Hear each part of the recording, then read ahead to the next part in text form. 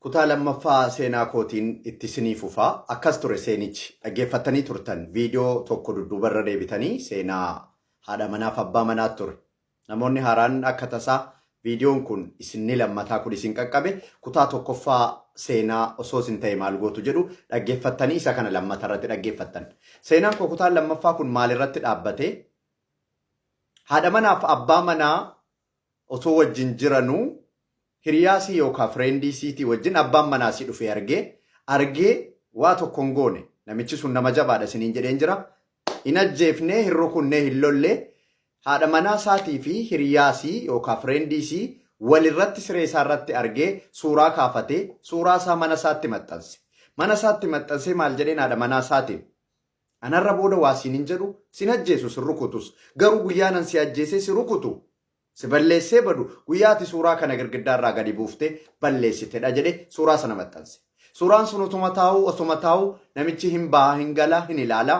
Ati manaasaa kun suuraa kana laalti yeroo hunda hin yaadatti fedhii isin abbaa manaasiitii qabdus nyaataafis dhugaatiifis qabdu hirrataa dhufe saayikooloojiin si miidhamaa dhufte suuraa sana akka yaadattuun hojii gaafa sana hojjatte abbaa manaasii irratti hiriyaasii nama biraa akka jaallattee fi siree isaa irratti nama biraa wajjin akka ciiste yeroo yaadattu sammuusii keessa deddeebi'a. Hin nyaatti hin dhugdi garuu jireenya hin jiraattu saayikooloojii miidhamaa dhufte dhukkubsataa hirrataa qaamni sii gadi hirrataa dhufe. Hiriyoonni sii yeroo dhufan maatiin isaa yeroo dhufan ilmoon isii manattidha ilmoon isiin dhalte yeroo gaafattu waan deebistuu wallaalti. Suuraa sana yeroo argitu guyyaarraa ganamaaf galgala sammuu isii keessa nyaataa deema. Waan hojjatte sanatti gaabbiti umurii isii guutuu akkasitti jiraachuu hin dandeenye garuu. Arras boris akkuma ilaalaa ooltee bultuun gadirrachaa deemti. Gammachuun qabdu. Abbaan manaasii kun garuu nama jabaa ta'uusaa laalaa asirratti. Nama kana waan goone hin ajjeefne hin rukunne hin qimmiinne suuraa kana qofa maxxanse umurii isii guutuu akkasiin ofiisiitiif jireenya gaariin jiraanne gammachuudhaan taasise sana booda gaabbite jechuudha.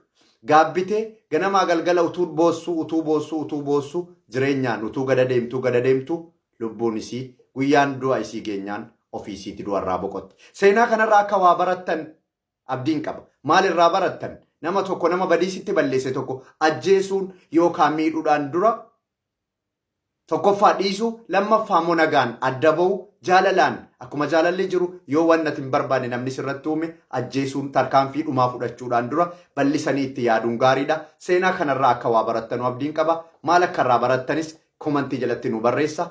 Waa hundaafuu yeroo eega waan daqiiqaa